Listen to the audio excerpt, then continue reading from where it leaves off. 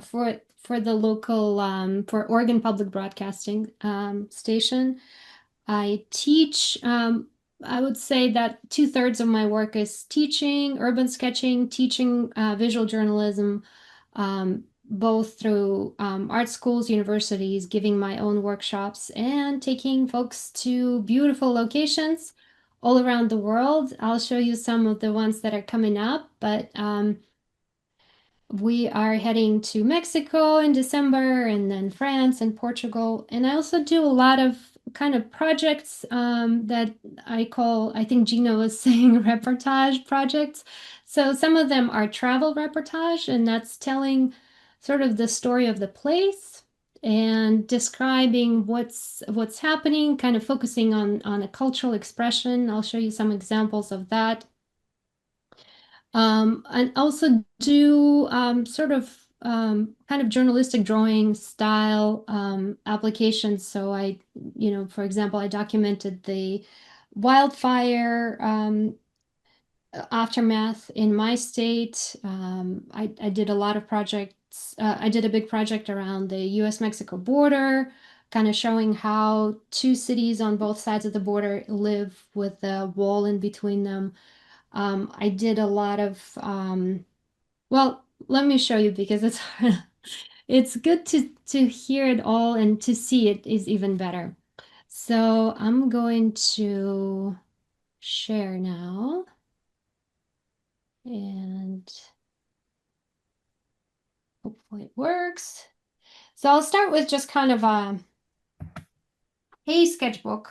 These are both pretty recent. So this one is from, sure that you can see. I draw kind of larger and larger each time. So this is from from this May and June of this year. And I was lucky enough to be teaching workshops in southern France. So I had a few days to sketch with alone or with some friends, an amazing artist who lives in Marseille. And then, of course, with my students in this beautiful towns in Provence. So this is just kind of the look of my regular sketchbook as I travel and teach. I call myself a supermarket sketcher. I don't have like a particular subject that I'm interested in. I'm trying to capture the essence of a place. And sometimes if I only have a few minutes, it's going to end up being, just a small kind of a vignette assembled on a page. For example, this was a place we were drawing with my students, and it's a place famous for ochre. So they used to kind of mine the pigment that we use in watercolor. So I picked up a few samples from the ground and just kind of smudged it on my sketchbook, and then try to match it with the colors that I had in my palette. And this is kind of how the setting looks like. Everything is this beautiful, warm, yellow kind of golden glow. And it was a really, really hot day.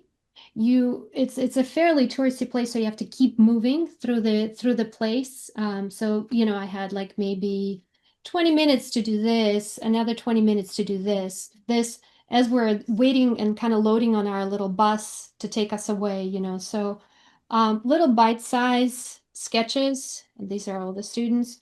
Sometimes when you have a little more time, I'm being careful not to show you the drawing that we'll be doing today from reference, because I want to show it at the end.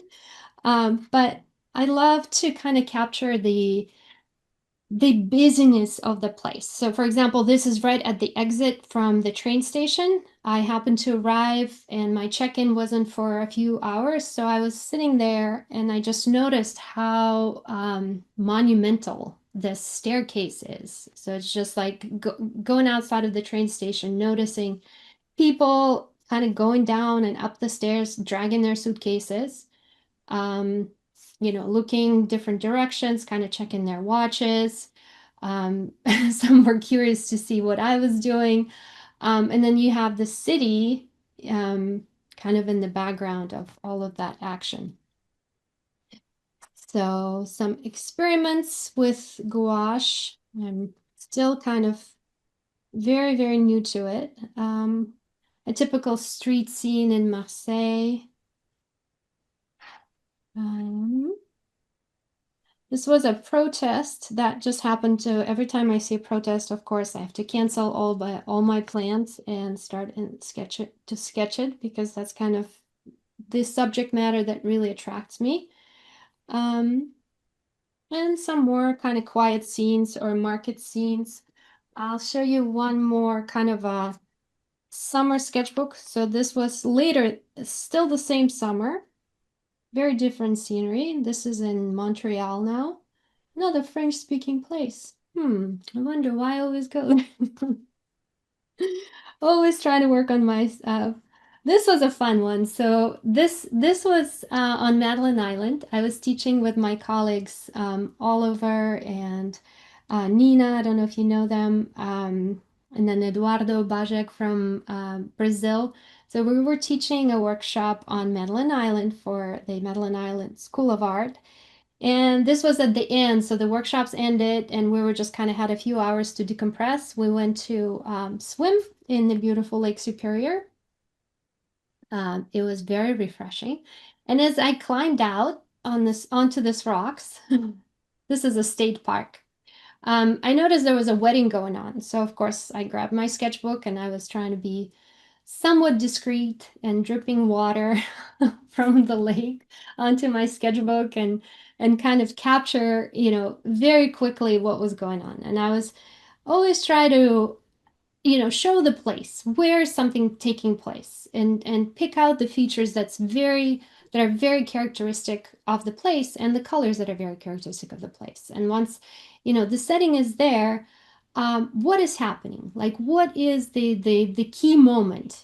How do you show a wedding? There's a lot of parts to it. It's a kind of ritual oriented event. But there's sort of this moment where you have is it officiary? I forget the word. You have the officiant and you have the wedded couple kind of standing facing each other. So that's what I was trying to capture. Of course, I was what I call sketch bombing. So I was not an invited guest. So I had to be somewhat discreet with all of this. But yeah, this is the kind of stuff that I like to do. And of course, large, complicated scenes with lots of people kind of flowing through. This is a scene in Montreal, and they had a big indigenous festival going on. This is a full pedestrian street, so you have a stream of people at all times, and there's a lot of kind of activity to capture. Um, And this is in Quebec City, which is close to Montreal, which has very interesting architecture and kind of a very whimsical character.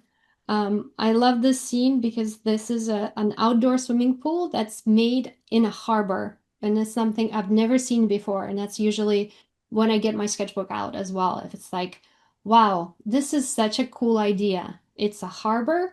Um, Me personally, I was not moved to swim there, even though I love swimming, as you might have guessed, because you have cargo ships, you have sailboats right there, and they made it into a pool in the summer. So people actually swim laps and kind of splash around in there. So now talking a little bit more about work projects. A couple years ago, I was invited to do a project along the Camino de Santiago. Does anybody know what that is? No. So in Spain, and some parts of Portugal and France, they have a route that is a famous Yeah. pilgrimage. So since the medieval times, they've Catholics have been walking that route to sort of get to the main cathedral, which is located in Santiago de Compostela, in the west, kind of northwest corner of Spain. And so the idea was that if you walk that route, you will reach eternal salvation. So because of all the hardship, because it's a quite long route. So the tourism department of Galicia, which is the region of Spain where the part of the route is located, asked me to me and a local artist to document sort of the path of there are several routes. So we were doing the Camino de Invierno, and we were drawing, oh, so walking and drawing along the route, which was kind of a dream project for me. I like to do both, exercise and draw. So this is actually the part that I did for my own satisfaction. The sort of the paid part of the project was I'll show you a little book that we published with like little postcard drawings of each village. But this was something that I kind of carried this big concertina and wanted to draw along the way. So the little towns, it was a lot of countryside and different wineries, Oh my um, God. different pilgrims that we saw on the way, animals. It's a pretty rural route, but there's not like never in Europe do you find like wilderness, the way we like see it here in the Pacific Northwest, where you just it's just nature. Here what they consider kind of a rural wild route is you still have a lot of structures, a lot of people. And so this is now arriving into the city, Santiago de Compostela, the main cathedral where once you reach it, you sort of get the salvation for your sins, the forgiveness for your sins. And so I was super curious about who are the type of people who are walking this route now, because in the medieval times, it was devout Catholics who really wanted to reach the destination, and it would take maybe several months, if not more.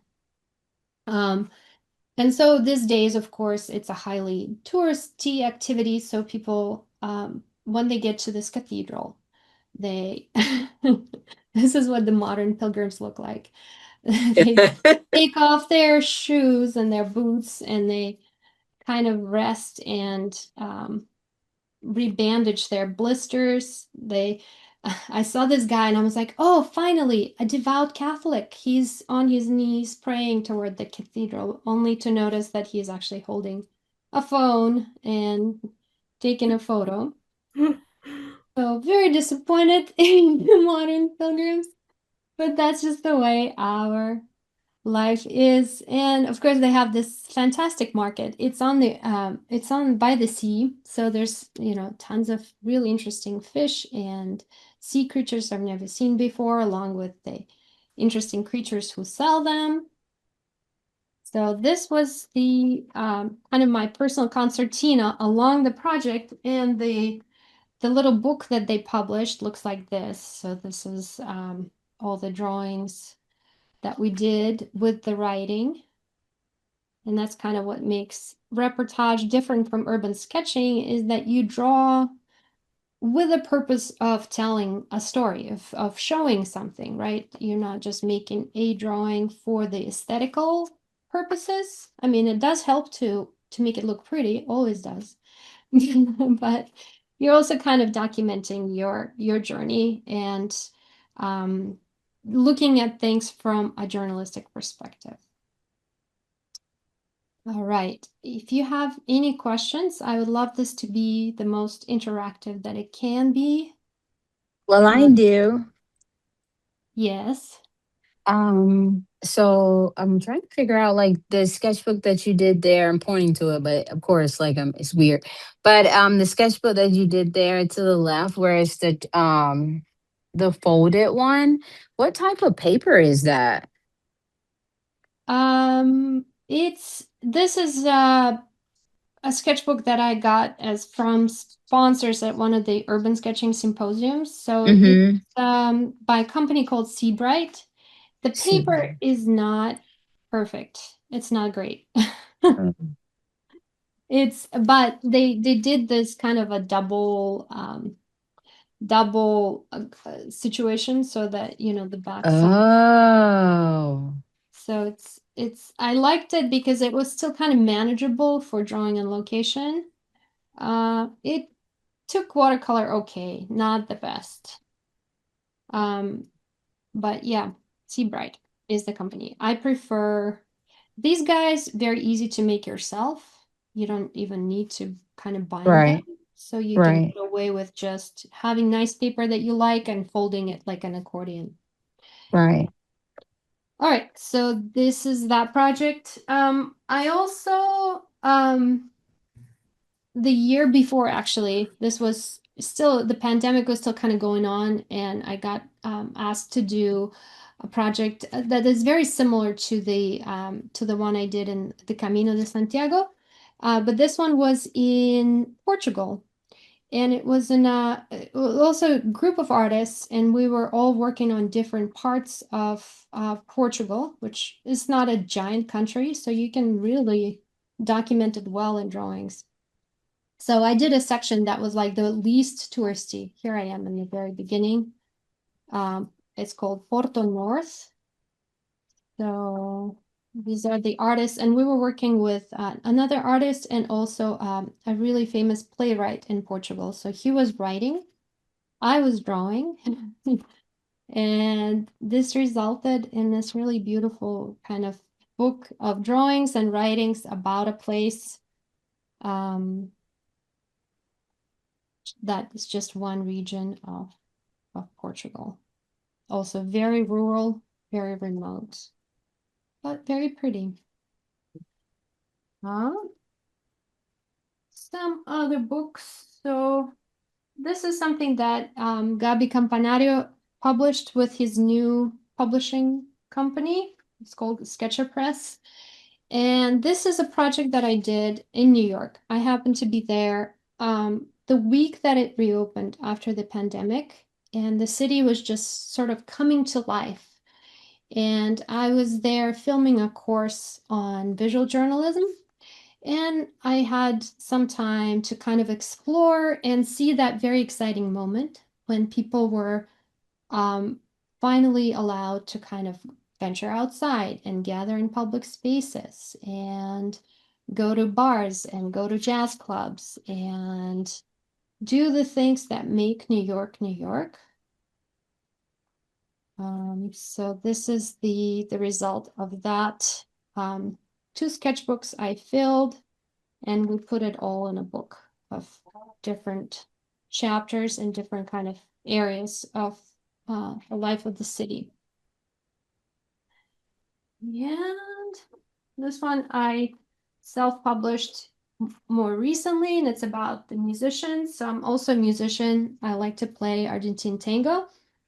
And I pay attention to kind of the music happenings. I'm a big fan of New Orleans jazz. So this was the book about jazz music and the famous parades in New Orleans. As you can see, I like cemeteries and I like music and I like places with a lot of life. So speaking of comfort zones, things that make me less comfortable is kind of drawing in this office, which I do. But when I'm just kind of in a very quiet space and I'm drawing from a reference, I get really rigid.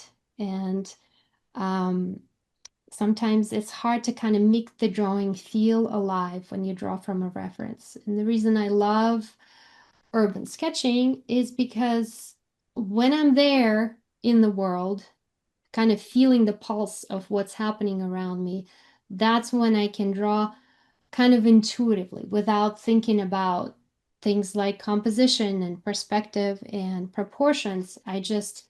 You just kind of dive in because something is happening, and you don't know how long it's going to be in your view. It might be a second, um it might be a few hours if you're lucky, but you have to make this really immediate decisions and just not overthink things and jump in and just really make it work, right? And sometimes you just a lot of time is spent kind of fixing the mistakes, the so-called mistakes, and kind of the decisions that you took in the moment. You have to kind of make it work if it's not to scale, or if things are out of place or out of proportion, or the composition is weird. Um, but I feel like that's when the drawing is really alive. And for me, urban sketching is more about the experience of it. It's more about being in the moment. That's why I love to draw in very extreme conditions. Like I like to draw underwater with my snorkel. I like to draw from a hot air balloon. I like to draw from I've tried it all. I tried to draw from a horseback, from a riding a horse, running, things like that. That's what makes me kind of very excited.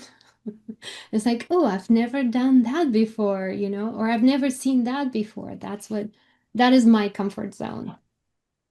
So the demo I'll be doing today is a little bit out of my comfort zone because I will be drawing from a reference in my studio, my most out of comfort zone conditions. But I'm so happy to kind of share a little bit of my process with you. And we're going to get started soon. But any questions so far about any of the things I shared with you? I have a question. Yeah. How do you draw underwater? How do you draw underwater? Yeah. So it is a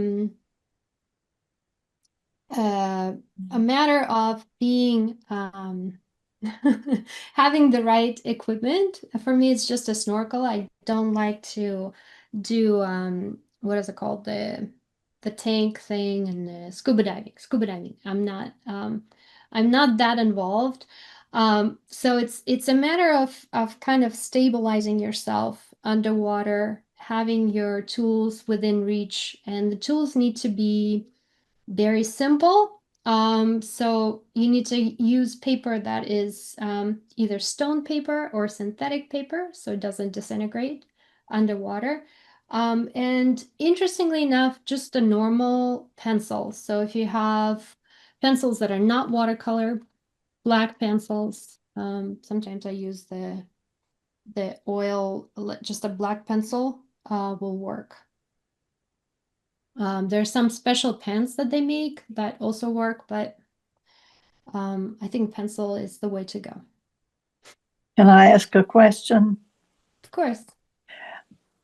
Can you buy these books? Are they on Amazon or anything? Your sketchbooks?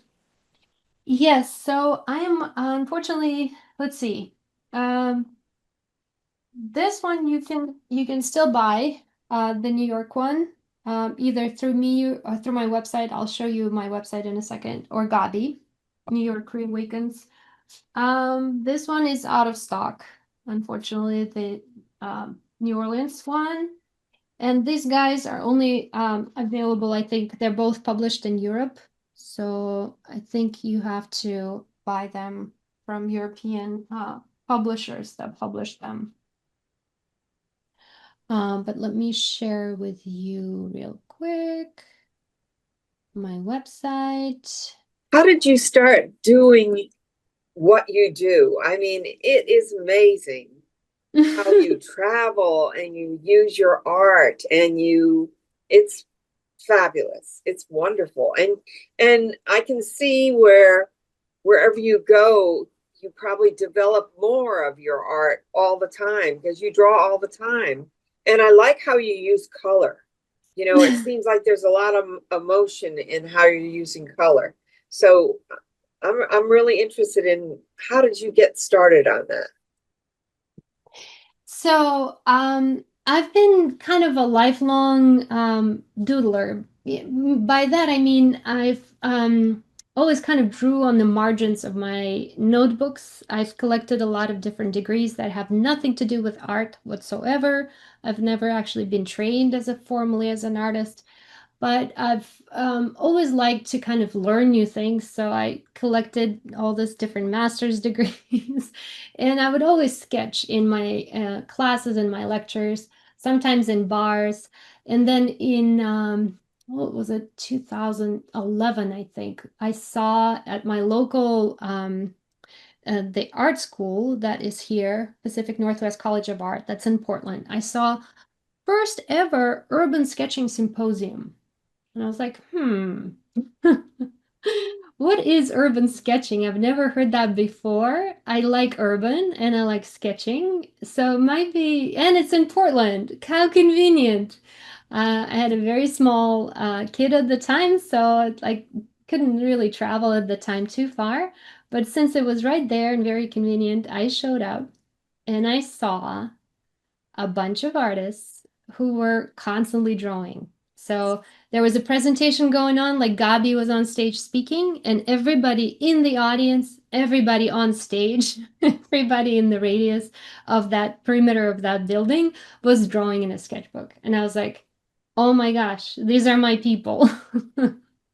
There's just like no even not even a question, right? Of like, do I draw? Do I not draw? Like, what am I here to do? Everybody's constantly drawing. And I met Gabi, I met Lapan, I met Veronica Lauer. They talked about their work. Veronica showed the project that she did in New York when the 9/11 happened. And I was just like, oh my gosh, she was there at that moment. The towers were collapsing in front of her and she was drawing. And not just like it totally blew me away because that's what I would be doing too. Naturally, what else would you do? So I think that event just sort of changed my life forever.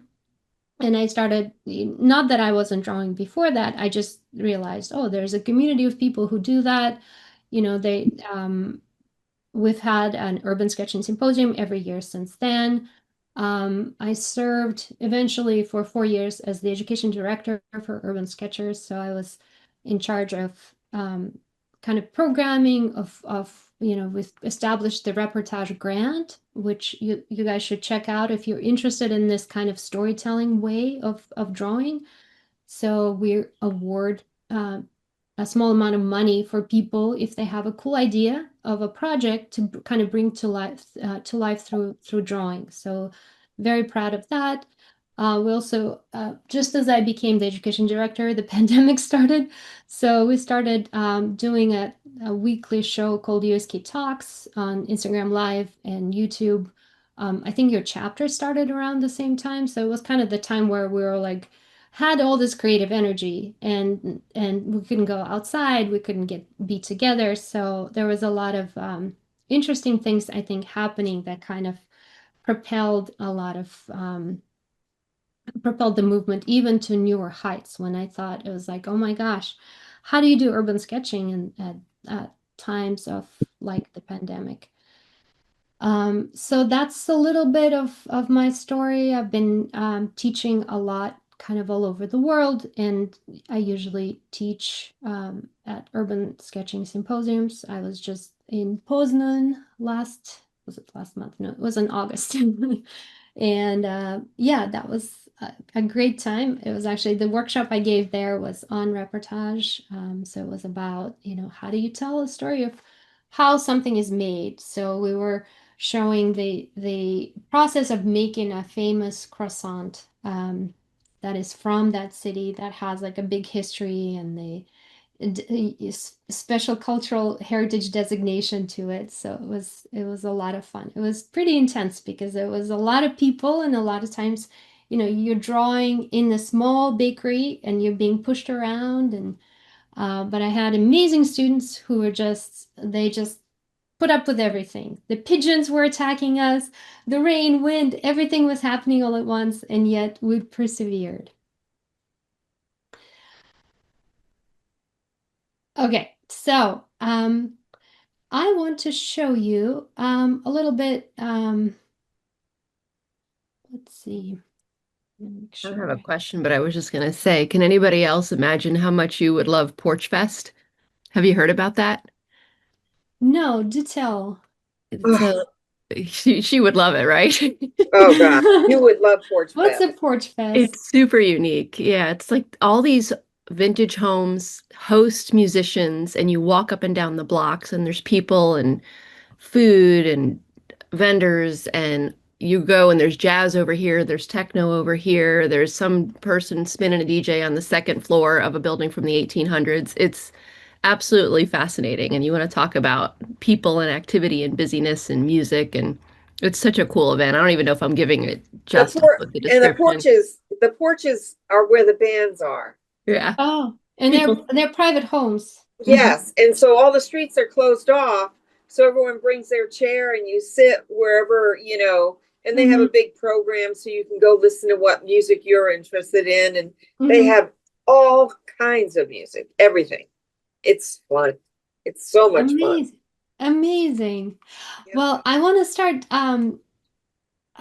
start drawing with you. I just want to make sure I'll show you a little bit. So my website is very easy. It's just my name, ritasabler.com. If you're interested in joining me ever, the workshops that I have coming up that have spaces are exactly on storytelling and reportage, and one will be in Portugal in March, and the next one also at the end of March is on travel reportage. So how do you show a place from kind of several points of view, right? The architecture, this is us, the group from 2 years ago. So we were in this really unique Pyrenees villages drawing, and the place is really, really beautiful. They really take care of you. This is what it looks like with the mountain here. That looks like a fish with an open mouth. I don't know if you can see it. These are some of the drawings of the place and the art studio and the villages that we've visited. So it's really fantastic. And the one I was telling you about Portugal is I've never been before, but it looks like a really nice place. And it's a medieval village, and we'll be focusing on the makers. So how to draw people who make traditional rugs, pottery, wine. Those are the main themes of that workshop. And yeah, while you're here, you can check out books and some other things. But I think we should start drawing. Okay. All right. So one of the things that I'm pretty known for and that I like to do is something that I call the panorama, and it's basically like a skyline of a place. So let me show you some examples, and then we'll get started. Second camera, switch camera. All right. So I like to sit high above the city and draw the skylines all around me. So all of this was done in Istanbul from the same rooftop. Yeah. Man. And so there's some very famous landmarks here, like the mosques and the Blue Mosque. I don't know if you've been to Istanbul. So I was under impression, I know that Istanbul is kind of straddling Europe and Asia. So I was under impression because I was looking at so many mosques that I was looking at Asia here. And then they told me, no, you're actually, this is Europe. Because my idea was to go on the other side and now sketch Europe from the other side. And so that's but this part is actually Asia, but only this part in the distance. Everything else is still technically in Europe. Yeah, so that's one example. Another one that I did very recently, that's like a very local one, is in my city, they close bridges so people can draw from the, not draw from the bridges, no, bike from the bridges. But for me, it's to draw from the bridges and also bike. So this is Portland, and how it looks like from the bridges that are normally not open to pedestrians. So they're like big highway, interstate bridges. But once a year and only that day, you can go and see the city from this very unusual point of view. Wow. And yeah. And so today we're going to draw a panorama of the city of Marseille. And I did this drawing live a couple of months ago with a colleague of mine. We climbed this place, and it was, first of all, high up, difficult to climb. So by the time we got there, we were both pretty winded and sweaty, and the sun was setting. And these are precisely the conditions that I thrive in because almost no time left, kind of extreme time pressure. Also, the sun was before it was at this in this position. It was like shining straight into our eyes, so everything was backlit. Um, but I got the sketchbook out. We both did this, and I'll show you the drawing that I did from location, the live drawing that I did at the end after we sketched this, so you can compare. It's always interesting to me, when you're sort of not under pressure, how you draw things, and when you are on location, kind of trying to interpret the scene. Everything is, of course, very different scale. um, so especially, this is the kind of stuff that gives us heart palpitations, right? When you're looking at the millions of little buildings and structures, and how do you simplify this? How do you make it work? And you have a little bit of the city on this end as well. So, you guys can do, by the way, do I need to drop this reference in the chat, or everybody has it? Give me a wave if you need me to drop it, if you guys are good to go. Okay, for you, Teresa, let me just quickly find it here.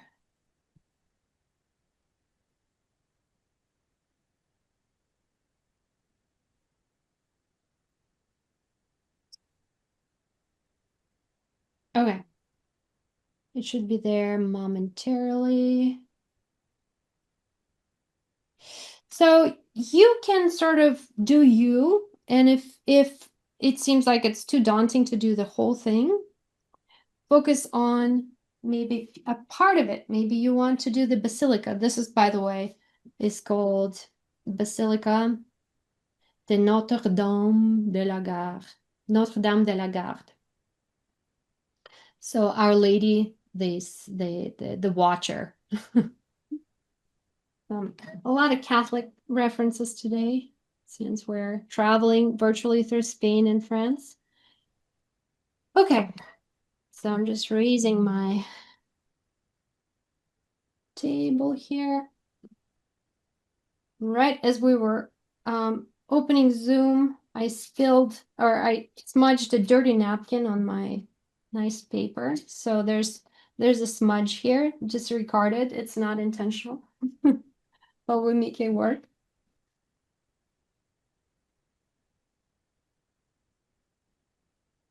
And this is not a class, so I'm not going to be teaching you how to do panoramas. I do that a lot of times, but not today. So I'm just going to be kind of jump in and start sketching. And if I have certain things I want to point out, I will. And if not, I rely on your guys' questions. I'm happy to talk through what I'm doing and answer any of your questions. So usually I do start, I do kind of start right away with a pen, especially if the time is of essence, like it was the case in this particular circumstances. If you have a little more time and you're facing a more complicated situation compositionally, or there's like tricky perspective angles, Or you want to make sure that like the dome would fit in, because if you draw this whole thing, including the basilica, but you run out of space right at the top, it's going to be a little bit like a cake that's a little too flat on top or something, right? So you don't want to run out of space in a very critical place. So maybe just a quick carving out of the shape with the pencil, very lightly. I'm definitely not going into a lot of details because I don't want to do it twice, pen and then pencil.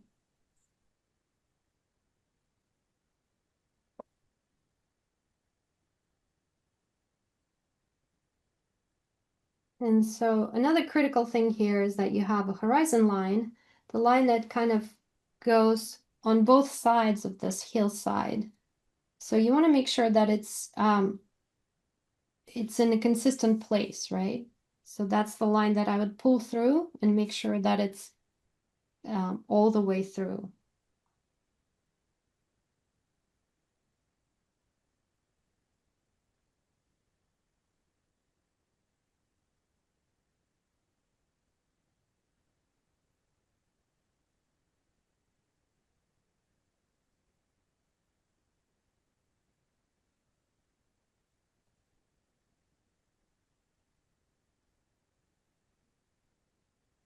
All right, I think that's it for my pencil. I'm just going to start drawing with ink.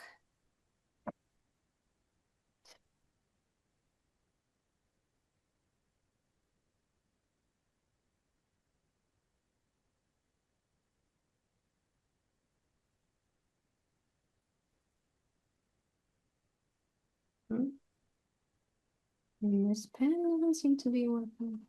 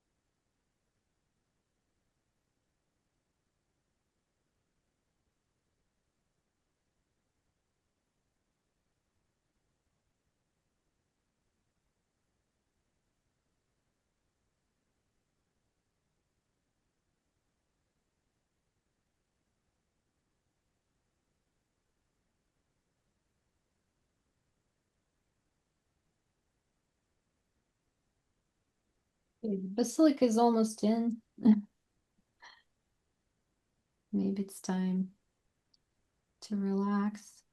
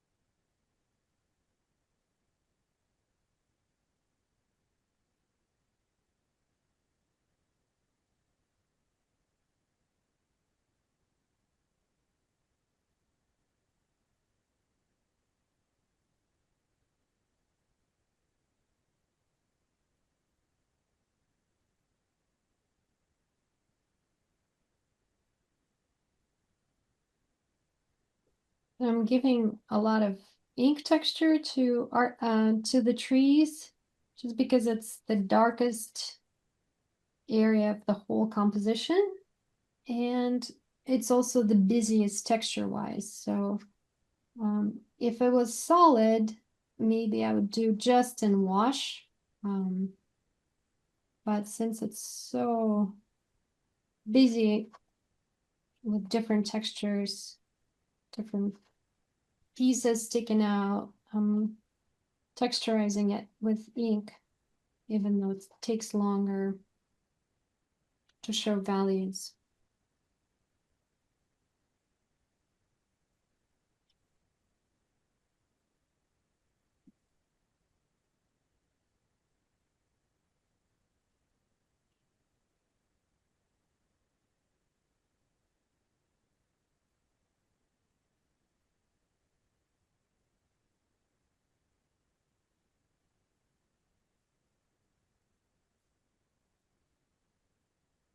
My favorite trees to draw are cypresses because they're so easy, and they're this nice vertical shapes that break out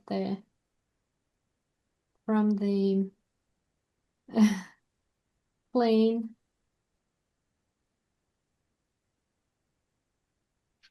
Oh, I wish I had more of those, but I have just a little group.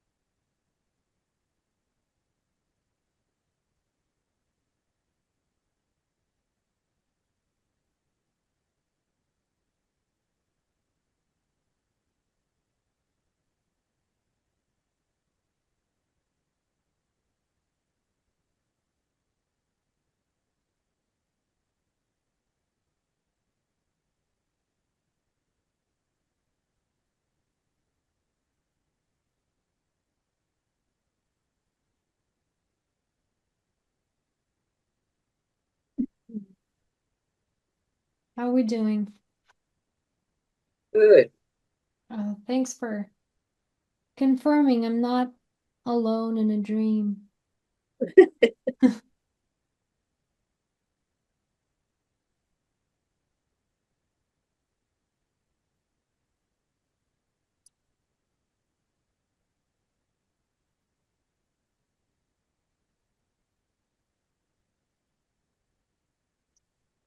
How do you do all those little houses? Just, What was that?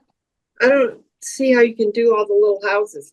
You're just doing like little spots here. Right. So, and this is especially true when you're there because they look a lot closer, and it's very tempting to start wanting to draw every single one.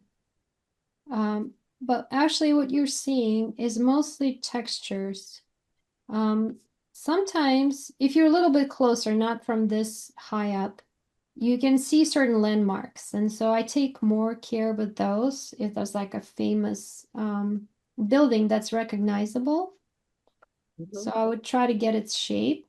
Otherwise, it's just establishing a texture, just like you do with all the other things you draw, that looks like, the city from afar.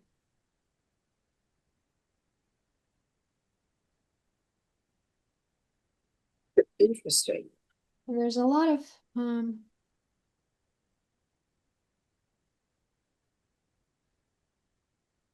it's very, yeah, the architecture in Marseille is very it's all kind of in the tone of this rock that we're seeing in the foreground.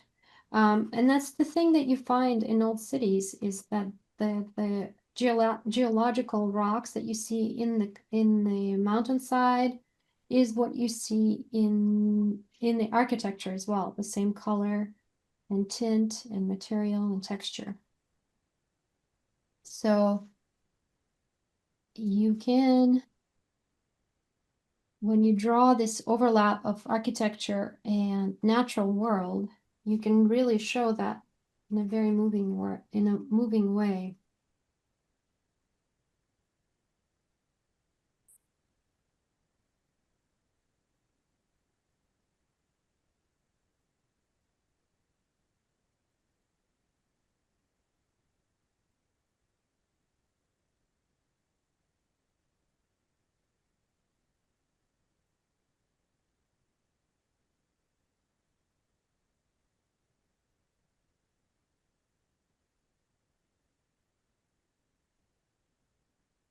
Here on the left, you can see houses a little more. You can actually detect rooftops and windows, but only in some of them.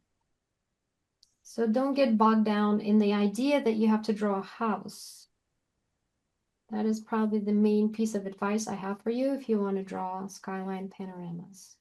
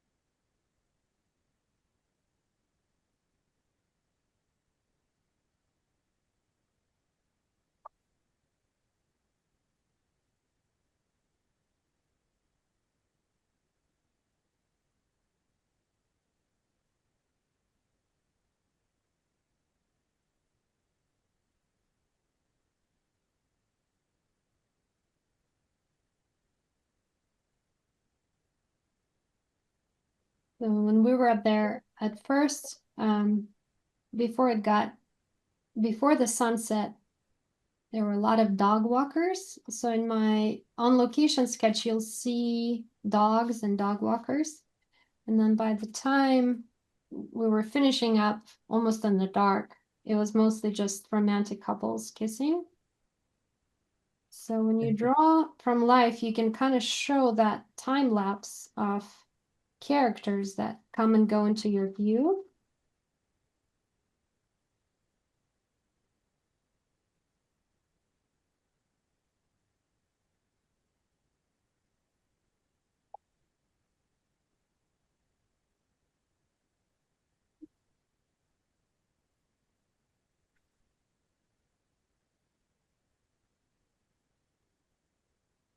So this is a romantic moment.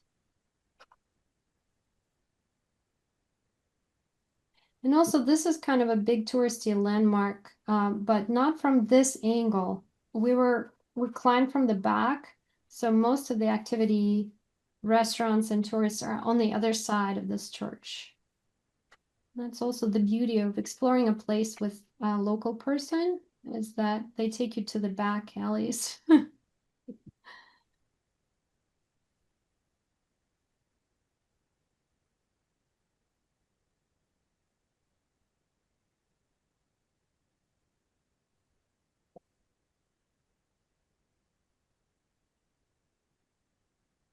Okay, I need some foreground elements, so this couple is pretty close to me. They're small in the photo, but you'll see in my on location sketch they were much larger.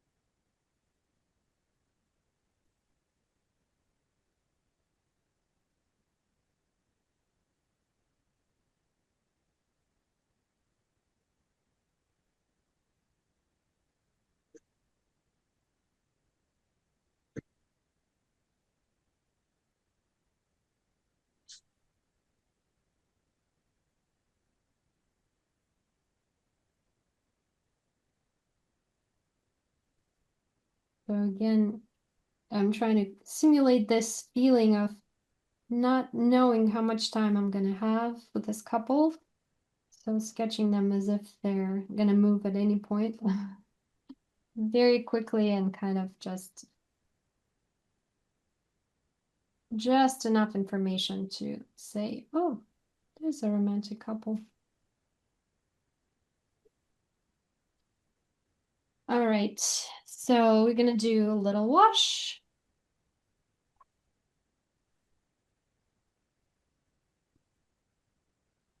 And the main kind of color in this scene is this really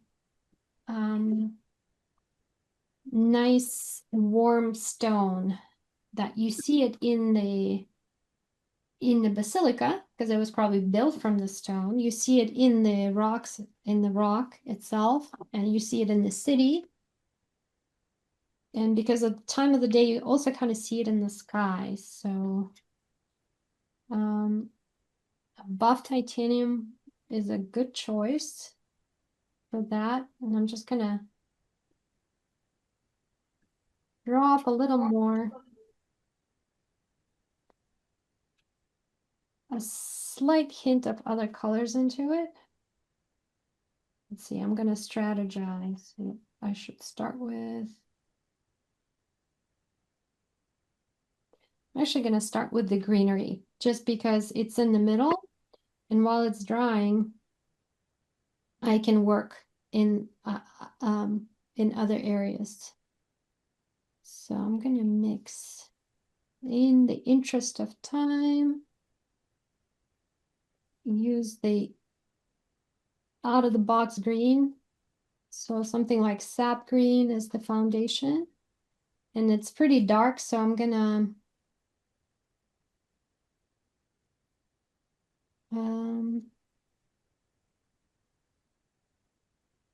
have my really dark umber green ready on the side.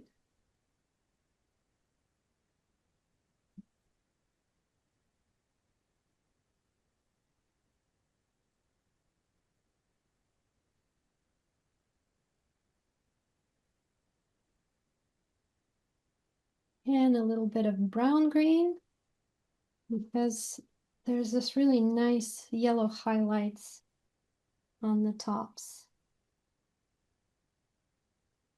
So I'm just kind of dancing in between those three greens.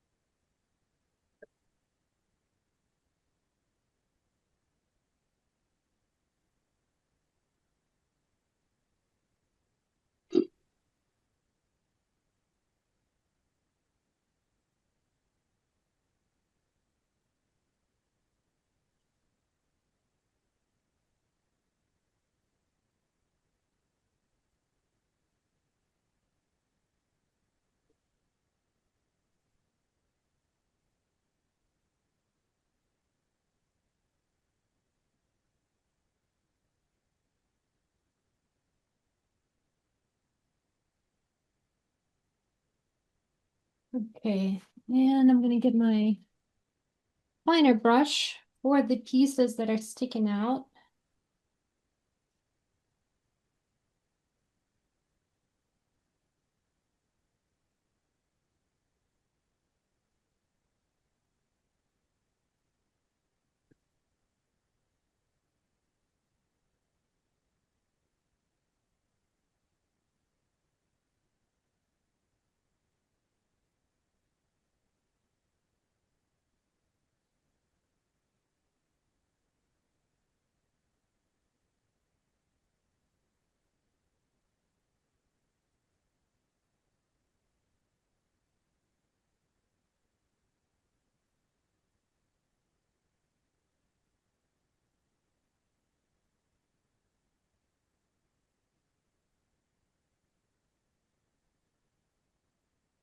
Okay, I might come back and do some more greenery, but this is a good start.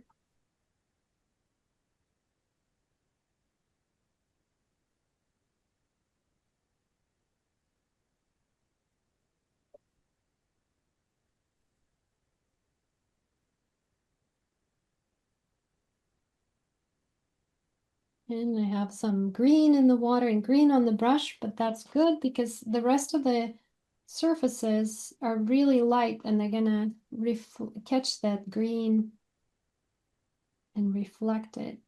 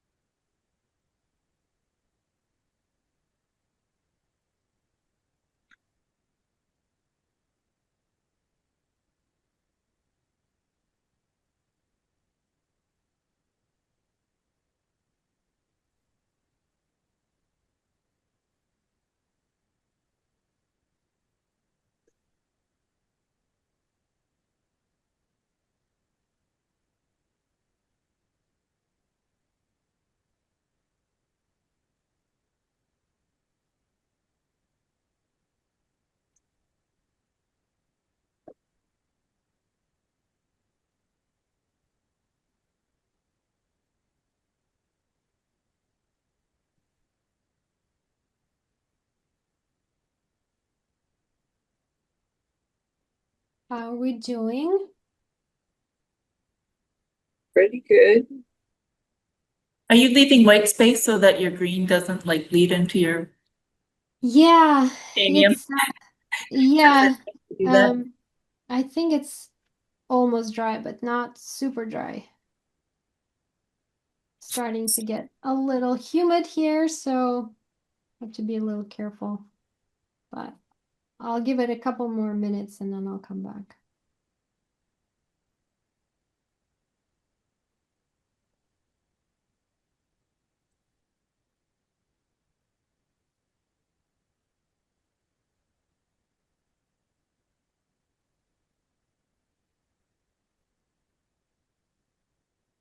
And so since this area in the foreground is so large, there's a lot of texture in it, but it's mostly all monochrome.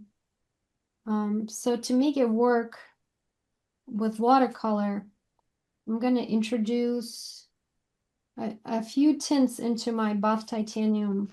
I see a little bit of pink, a little bit of orange in there.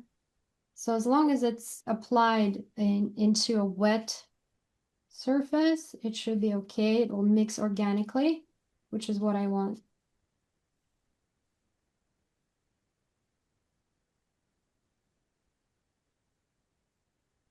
And some bleeding of the green here is not too bad because there's some grass and stuff, especially on the left.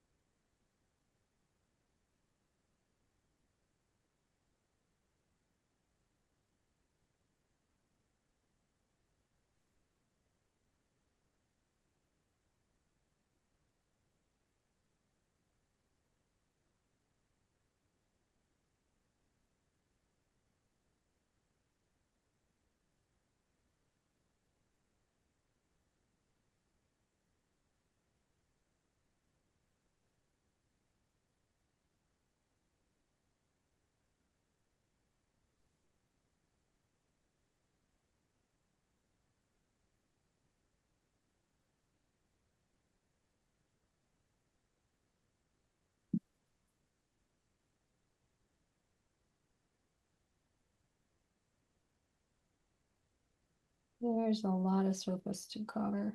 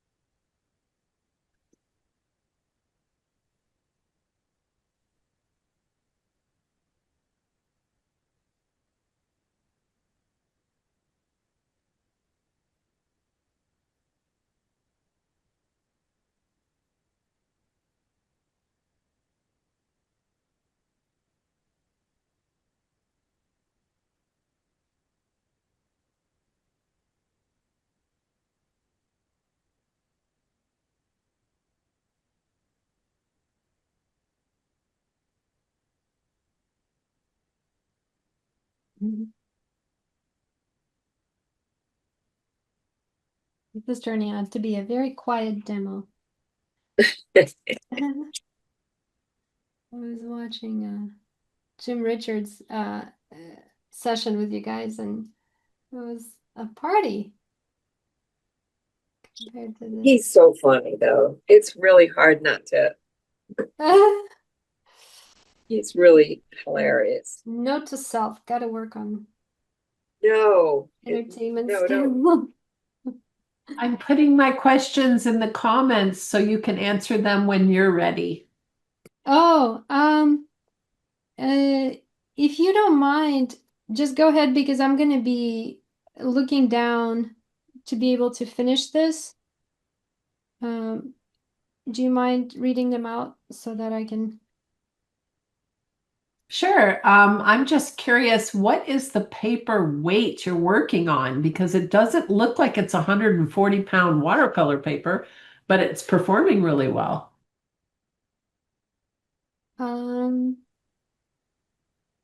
It might be 140. This is paper by Winsor Newton. It comes in this large sheets. I use it to make my own sketchbooks. And it's pretty thick, and it takes watercolor really well while still being very, very smooth. Yeah, I noticed that it's smooth. It doesn't have the annoying texture of my 140-pound sketchbook paper. Yeah. Okay, and I just want to confirm then, are you mixing that ground color into Chinese white? It's buff titanium. My base. Yeah. Yeah. So I don't have white watercolor. I have this color called buff titanium, which is the lightest one, but still has like a bit of a tint. It looks really opaque. It is no, you can see I'm going over right now Yeah. the figures, and it doesn't cover up the ink. Okay. Sometimes I might have been adding this other color that is it's like a mixture of Naples yellow with red, and this Yeah. one is pretty opaque, so this one I have to be careful with if I want things to show through where I apply it. Okay, thank you. Those are my main questions so far.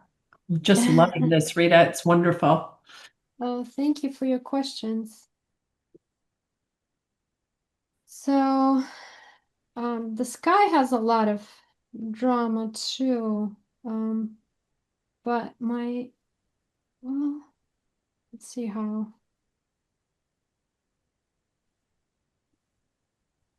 This might be a good spot to do a little bit of texturizing with colored pencils, although this area is still pretty wet, so. Hey, stop it. I'm sorry. Dogs, cats. Stop it. Can't stop drawing. No, it was my dog. I'm sorry. When you use colored pencils, do you mainly try to find colors that match your watercolor colors, or are they slightly different? Yeah, exactly. Yeah. Either match or cut through. And both are difficult categories to find of colored pencils.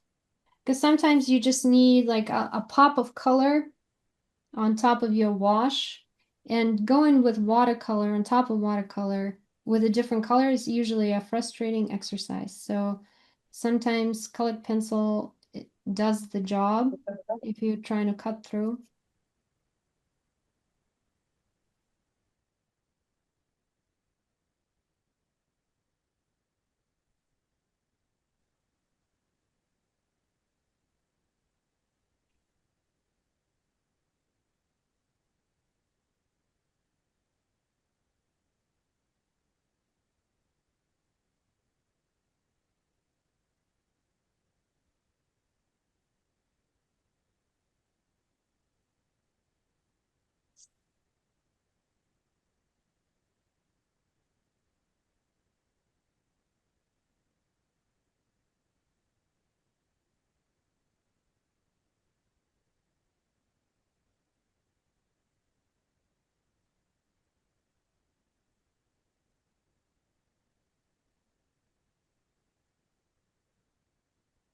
Yeah, the trick with colored pencil is your watercolor needs to be dry, which mine is not at the moment.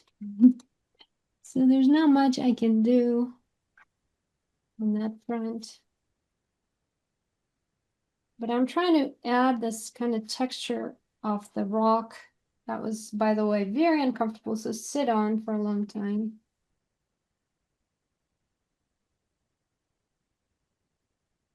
How we suffer. How we suffer.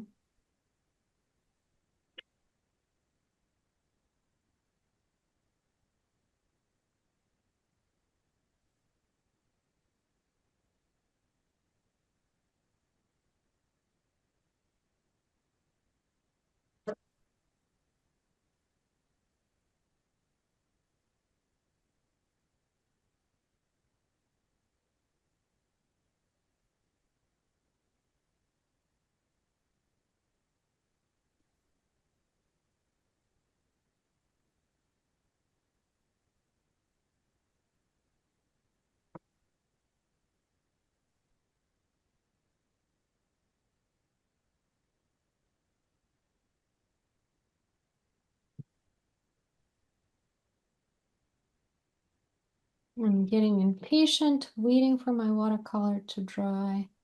I'm gonna do the sky. So Rita, when you travel and you're out urban sketching, do you carry the watercolor pencils and your brushes and your ink? And what's your setup? I mean, Okay, so my setup is actually pretty minimal. And just to clarify, I don't like using watercolor pencils. I use normal pencils. And everything kind of fits into this messy pouch.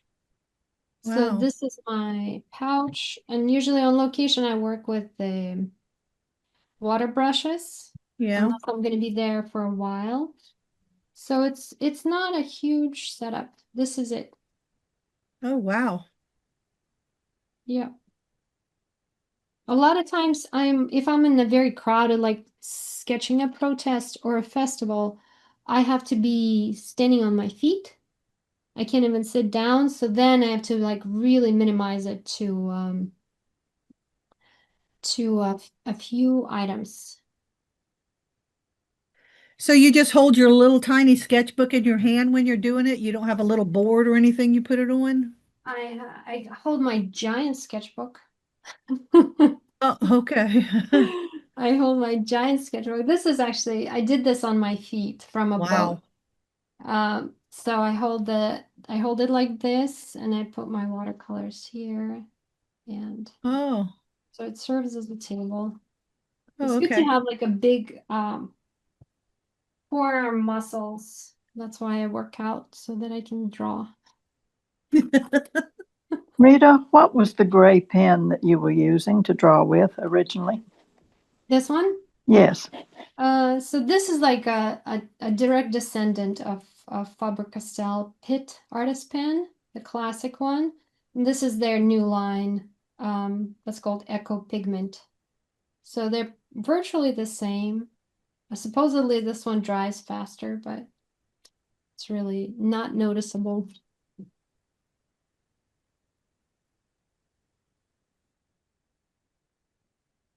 Do a little bit of the sky, and then maybe a few textures, and then we'll be done. Because I think, are we out of time?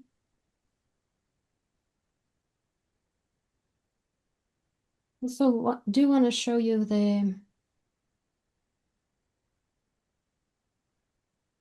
drawing of this that I did on location.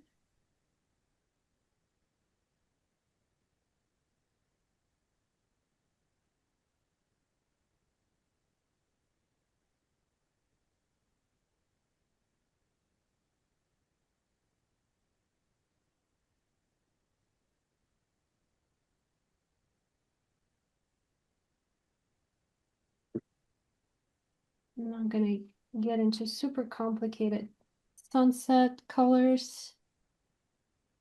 Kind of.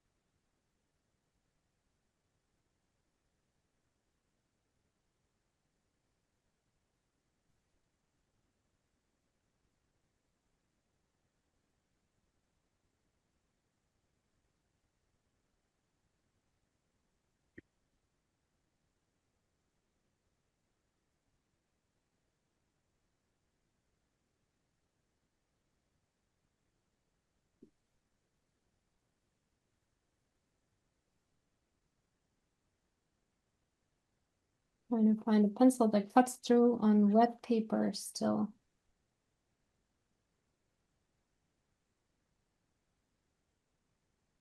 No success. Blackwing pencil works well. They're just like, like lead pencils, but they work really well. I don't think they're lead because I Which use them one? all the time for drawing. Blackwing. Oh, yeah. Yeah, those are Yeah. nice. Yeah, I use them a lot to like draw like on top of like wet paper because it actually like works on the surface. But if not, then I use the watercolor pencil. I use like they don't really move as much as like regular watercolor pencil, but I use Derwent ink tints ones, and they work really well as far as like being able to put something down without it spreading out as much like regular watercolor pencil. Well, that's a good tip. Yeah, I'm just trying to quickly show a few textures because it's otherwise this whole area that's foreground is really empty. And doesn't have enough information to occupy such a prominent space.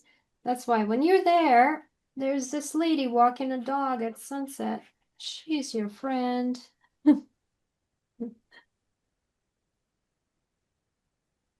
Add her in.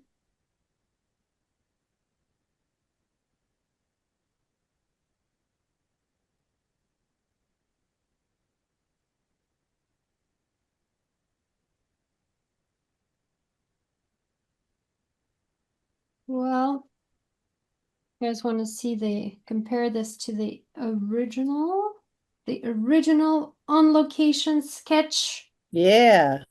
of this scene. I think it's much more interesting. And I kind of intentionally made it the same size. So this is the size roughly of the double page spread of my book. I can't stop messing with it.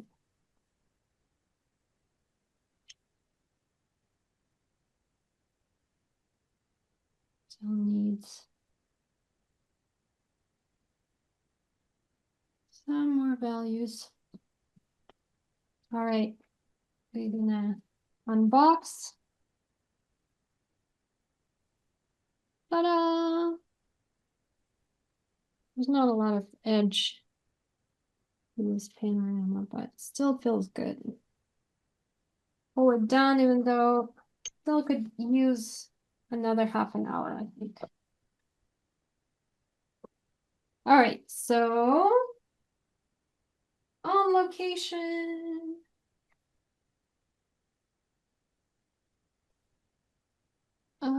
Look like this.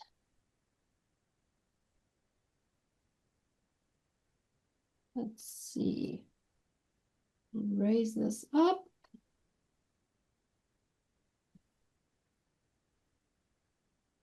And I can't seem to fit it. Almost.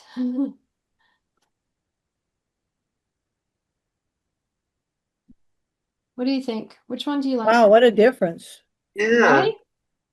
Yeah. So of course the scale is different. You always feel like you're closer. A lot more texture here because I could actually like see individual buildings. I could also see the foreground that I don't have in the photo, which was this really spectacular chicken wire fence. And then, seeing the couple up close, having other characters that pass through this landscape. Oh, yeah. And just kind of the energy of it, right? Because Yeah. You can, I mean, I was super rushing here as well with you guys because I talked too much in the beginning. But let's see. Let's see what you guys have. Let me see if I can. Oh, I have the same issue of like, how do I undo myself? Jamie, Um, Are you spotlighted then? Yeah. I spotlighted her. So then how do you get me out of spotlight? Can you see everybody? Okay. Or can you see just yourself? I can see you guys, your guys' drawings. Can you see each other? Yeah. Judy, that is really nice. Can someone spotlight Wait, Judy? let me spotlight you. Spotlight you. Is she spotlighted? Yes. Yeah. Yes, you guys can see it? All right. Oh, wow, Oh, I that's see you. beautiful. The couples Thank like you. look exactly like they're like you can almost tell they're making out, which is what they're doing. Oh my goodness. Spicy, nice, Judy. I love the colors too. Thank you. Yeah, wonderful. Here's Lynn. Right. Lynn. Lynn. Hi, Lynn. Hey, Right. you see it? Lynn is coming. You're coming with to Mexico with me, right? What? I'm coming to Mexico. Yeah. Yes. Awesome. We'll be doing an amazing panorama there. Thank you. Good. Yeah, that looks great. Also Not love seeing them. the scale of the people in the city just really gives you a sense of like how big this rock is, this mountainside. Great job. Thanks. Anybody else? Rita, you're still highlighted for me. Yeah, same here. Haven't seen it. I don't know how to undo Yeah, it. same for Let me try Patrick. one thing. Press on, Try to replace the spot. do you see your picture on the bottom on the right? Press on that.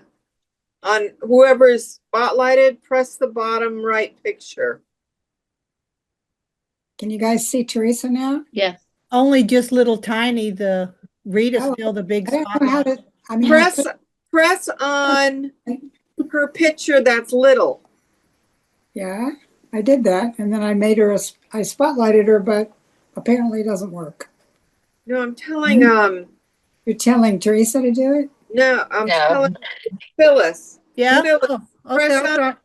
press on the little picture. Did it become big? Nope, No, I did that too, and it nope. didn't Oh, do mine Doesn't do did. anything. Mm-mm. Mine did.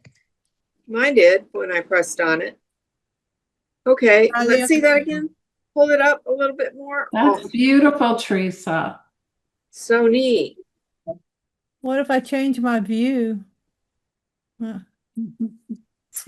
Teresa, I love the little dots, the little texture speckles. It's a really nice way to finish, especially if you're like, I'm out of time, need to do something. Right. Yeah, it's beautiful. Yeah, Thank and I you. love how just how dynamic your shapes are. The greenery is like Thank it's alive, it's green, it's moving, it's thank you. Yeah, yeah. nice. Nice. Love it, love it. Next. Who else is I got? can also leave and come back. That way I'm not so big. If I do know if you do under view at the top right, if you do side by side speaker, you can grab, there's like the line when you side by side, you'll see like in between the two photos, Oh, you can Scott, I was just actually gonna say that. hover and then drag to the left and it'll make the speaker showing the art really big. And then, Yeah, Yeah. Thank so you. yeah, that I solves the had just problem. figured that out too, and I was gonna say something. So yes, now I can see the speaker bigger. Yeah. All right. Yeah, in other words, you guys have to control your own experience. We can Oh boy. But once you do side by side, you expand it to the left to make the current speaker big. It stays that way, whoever jumps on next to speak, whoever's Yeah. being Yeah. broadcast. Barbara, looks like you want to show us. Oh, well, I have it ready whenever, and I Yeah. can't see myself, so Okay. there it is. There it is. Okay. Oh, that's great. Very nice. Oh, Nice. Barbara. That's like I love your palette. and I love how you just made the decision of like, I'm not gonna deal with this whole thing. Yeah. I want show this and this, two elements, and the composition is super, super strong. Yeah. Nice. Very nice. Very good. Thank you. Effort. Okay. Jesse, Sure. got one? Oh, nice. Oh, there you go. Very nice. I The love colors. Beautiful. Love the sun Yeah. on the left. Oh Mhm. gosh. I think I fidgeted with that more than anything. I should have left it alone. Really nice. Nicely Yeah, done. and the color, the interpretation of kind of, you feel the highlights on the basilica so well. Thank And you. I love the different textures in the rock without like overdoing it. I love wet on wet, just letting it play. Mm-hmm.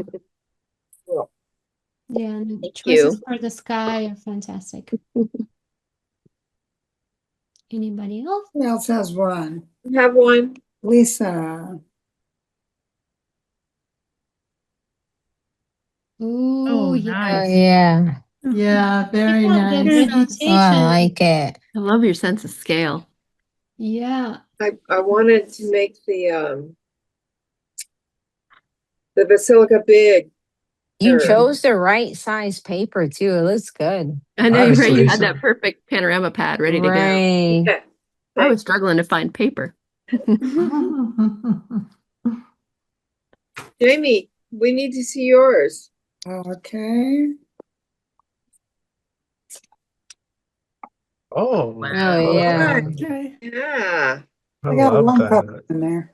Very Look how good. well that couple is rendered. I like the couple. Very Like, oh nice. my goodness. Oh. I It's also love nice. how there's like a trail of rocks that leads you to that. Mm-hmm. Yeah.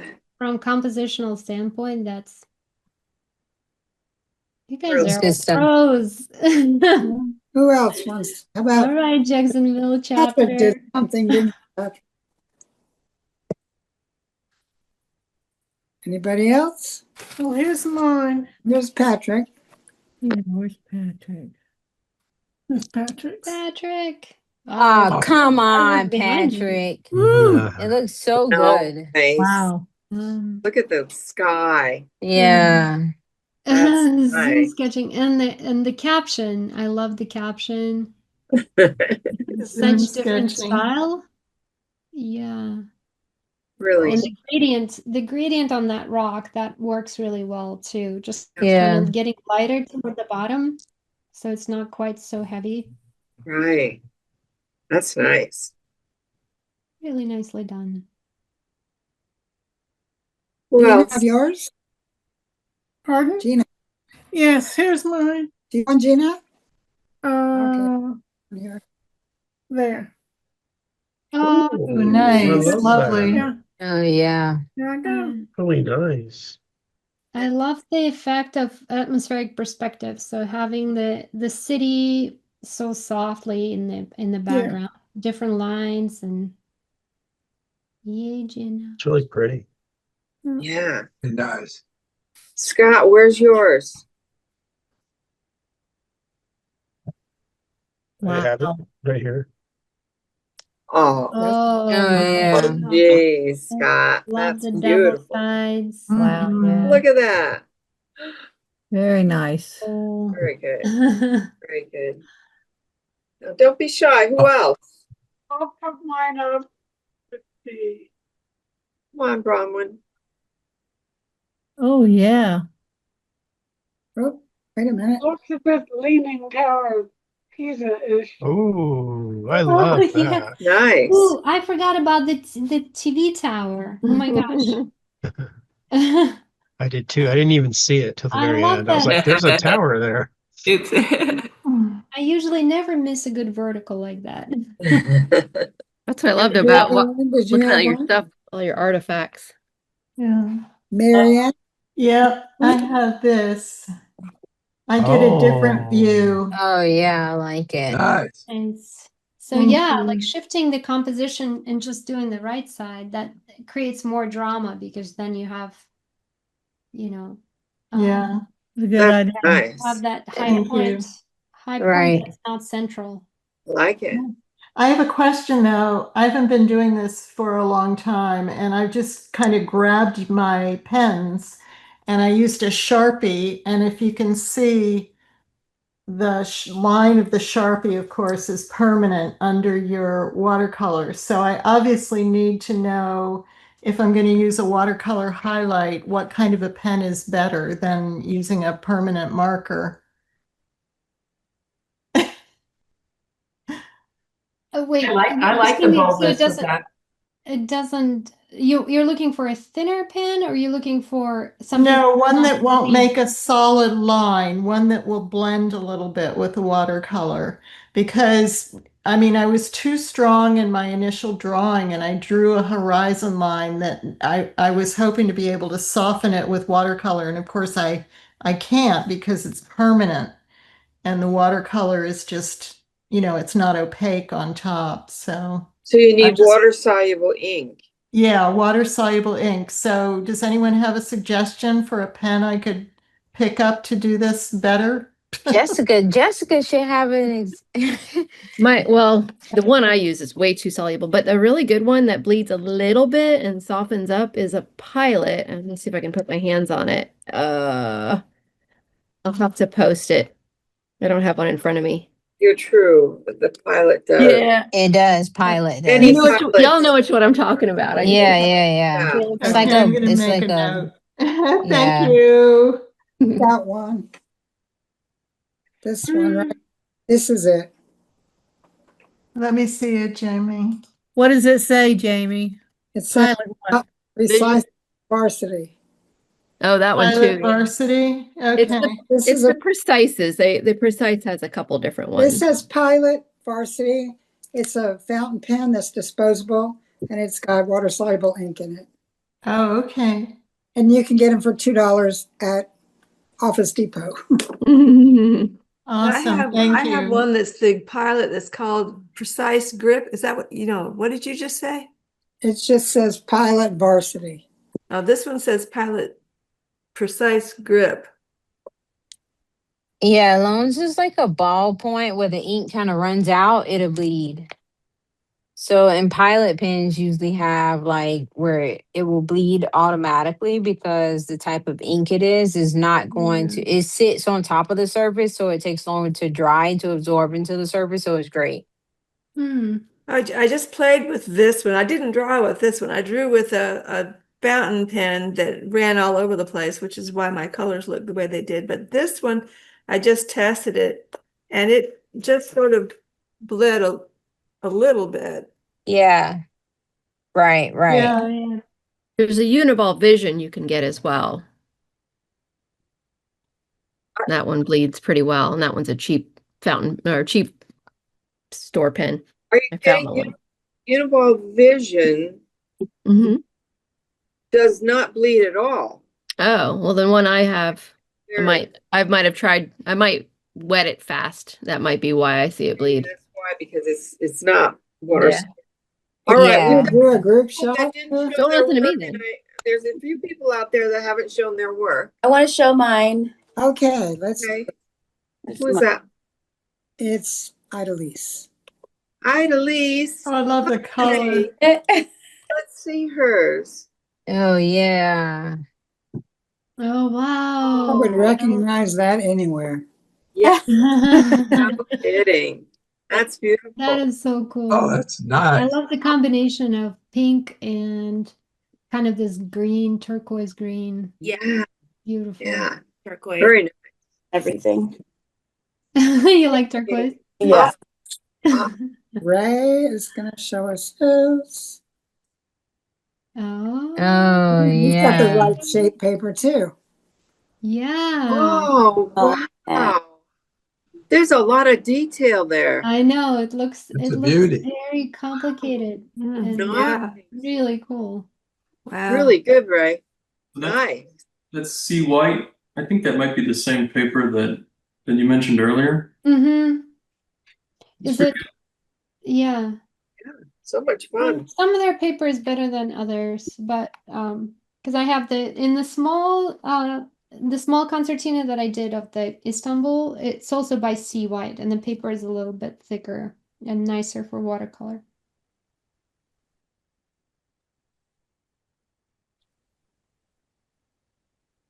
I'll do one. Was there somebody else? Yeah, I'll show mine. Okay. Phyllis. Phyllis. I don't know if you can, where is it? Is it So in Oh, yeah. Nice, nice. Phyllis. Oh, I like it. I like how the couple is in sharp focus and the colors are fantastically uniform throughout. Nicely done. Thank you. I have a question Yeah. for you. You know, your large drawings that do like with the crowds in Marseille, they're really complicated. How long does it take you to do that when you're out there? I know it varies, but Yeah, the answers usually depends on how much time I have. So if I only have little time, I'm catching a boat. In fact, I was going to catch a boat that day and I saw a protest in the port. So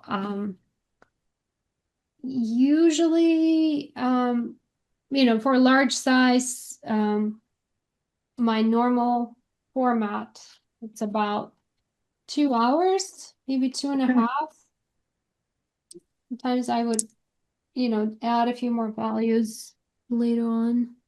They're just so complex. So I was just wondering. Yeah, there are tricks for making it look like it's a very complex scene. But once you get like a few inkers in there, the rest are just textures. Just like we did with the buildings now of the in the distance.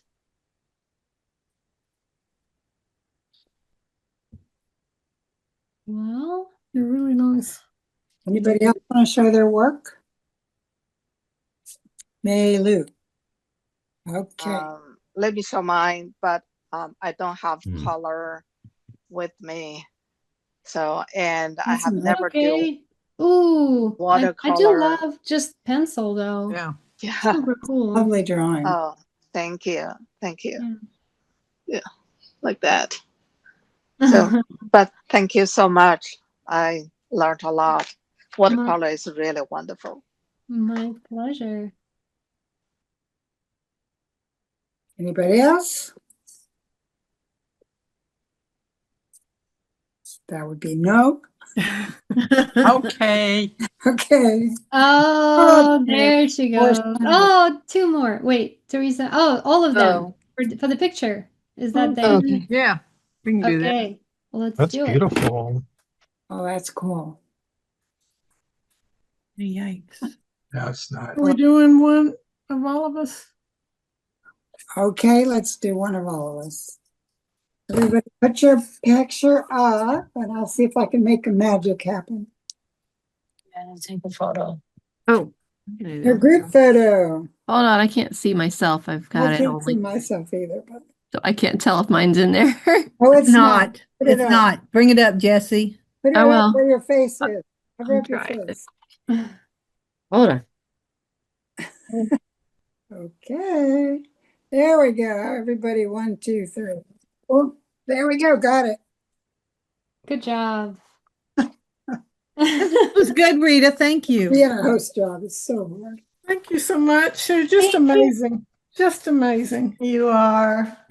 Thank Thank you so much, you guys. It was a Great. pleasure to spend the evening with you from the opposite corner of the country. And Thank you, You need to Rita. come out here. Thank you for I making hope to time see you with in us. person and sketch with you in person in real life. Are you going to have a workshop in Portland? Am I going to have workshop in Portland? I have workshops all summer long. So come anytime. I'm teaching here on the weekends all through the summer. We just finished our season. Oh, that's right. What? Did I do something wrong? No. Sorry. And this is a good time of year for us because it's, you know, the heat is getting better and getting less.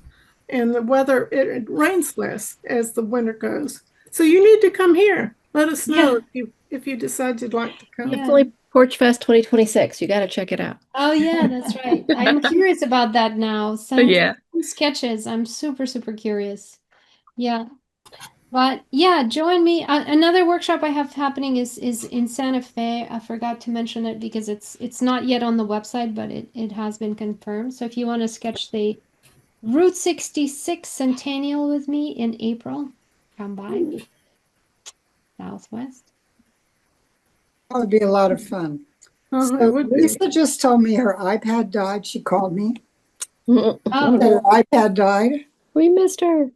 Yeah, so I wondered what happened to her. And she just said for me to tell everybody thank you and Yeah. close the meeting. Thank you, Rita. I'll see you Thank guys you so soon. much. Thanks so Thank you much so for joining. much. See everybody. Enjoyed your work Hopefully immensely. see Bye. you guys out on the Bye. streets. Uh-huh. Thank you very much. Bye. Bye. Bye, everybody.